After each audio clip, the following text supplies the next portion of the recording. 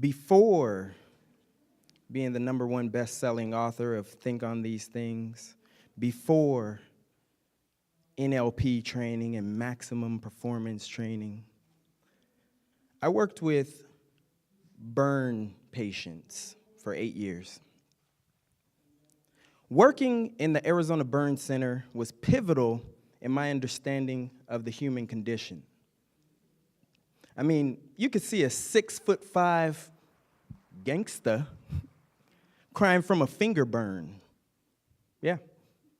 While an 11-year-old girl burned 20% of her body smiles while doing laps around the burn center first floor. I learned a lot working in the Arizona Burn Center. Saw a lot of things. Most I've probably forgotten. But some things will never leave me. Like the memory of my little friend, we'll call her Emily. Now, Emily was a shy girl from a broken home. I used to assist Emily with her rehab daily. In doing so, I learned a lot about her. Grew up in a Hispanic household. 2 brothers, 1 younger, 1 older. Her favorite color, pink, girly girl. Her favorite foods, pizza and chicken nuggets, like most kids. Oh, and don't forget the ranch. Can't forget that. I also learned that Emily did not believe in herself. Her older brother would enable her. He would do everything he could for her. It was his way of showing love. But he didn't realize that he was actually hurting her. Because everything you would ask of Emily, the answer was always, I can't.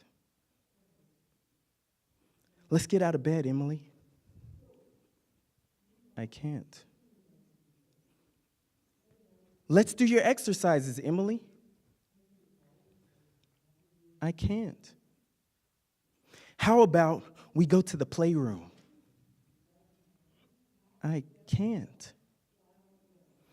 Now, this hurt my heart because when I think of our youth, or even humans in general, I think of the invincible that can do anything. So I dug and I dug to try to figure out what would motivate Emily. I tried thing after thing. What is it? What is it? Until one day I asked her, Emily, what would you do? Or what would you be if you were never burned? Without skipping a beat, she said, I would play soccer. Maybe should have had her talk to Nick. So from that day forward, everything we did revolved around soccer. And you know what? She sped up her recovery. Because it was no longer work. The therapy wasn't work, it was fun. She had a goal, and she had something she can be confident about. I remember before Emily was discharged from the hospital, I asked her a question. I said, you know what, Emily?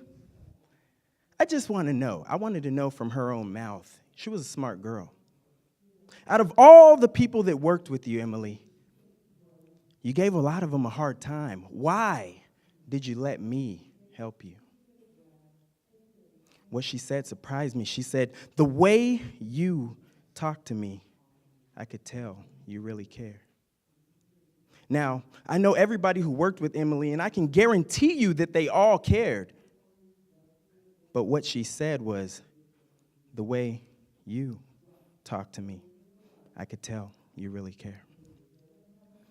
Take a moment and think about the people in your lives. Are you speaking their language? How can they tell you really care? Thank you.